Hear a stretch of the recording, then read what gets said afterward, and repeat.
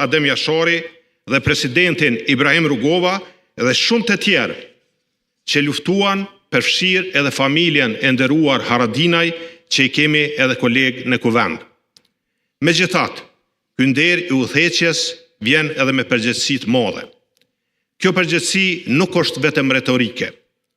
Nuk është vetëm e projektuar në fjalimet e fushatave zgjedhore dhe postimeve në rrjetet sociale që fatkeqësisht shpesh kanë devijuar në polarizime shoqërore.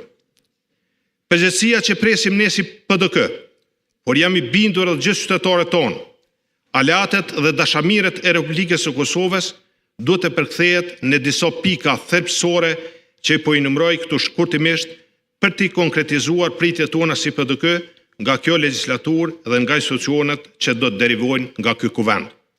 Të nderuar deputet, presim përgjegjësi për respektimin e Kushtetutës, si mishërim i demokracisë dhe të drejtave të gjithë qytetarëve, pa dallim partijak, pa dallime politike, etnike, gjinore.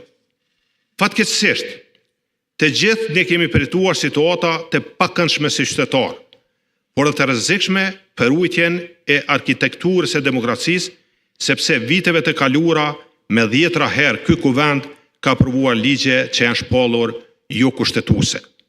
Jam këtu t'ju garantoj se Partia Demokratike e Kosovës do të vazhdoj të jetë gardiane e Kushtetutës dhe do të rezistoj çfarë do tendence që mohon germen dhe frymen e Kushtetutës.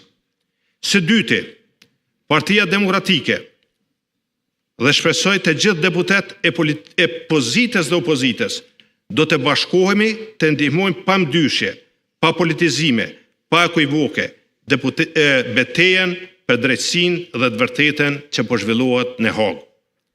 Me këtë rast, ftoj të gjithë kolegët dhe të gjithë liderët institucional dhe partijak të jemi së bashku me 17 shkurt në moshin gjithë popullor drejtësi jo politik, si veprim minimal dhe modest të ngritjes së zërit tonë.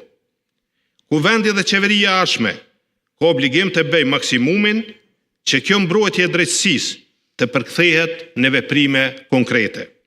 Së treti, Partia Demokratike beson fuqimisht se demokracia në Kosovë është të ndërtuar të shprehem teknikisht e dizajnuar për të ndërtuar konsenzus dhe bashkim forcas në çështjet thelbësore për funksionimin e shtetit.